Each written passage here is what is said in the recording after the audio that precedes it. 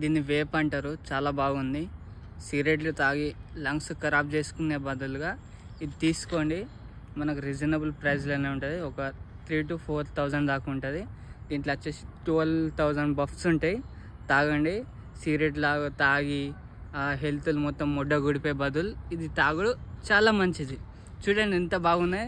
Flavour వచ్చేసి చూడండి, strawberry water melon కనబడుతుందా? చూడండి ఎట్లా తాగుతున్నాం.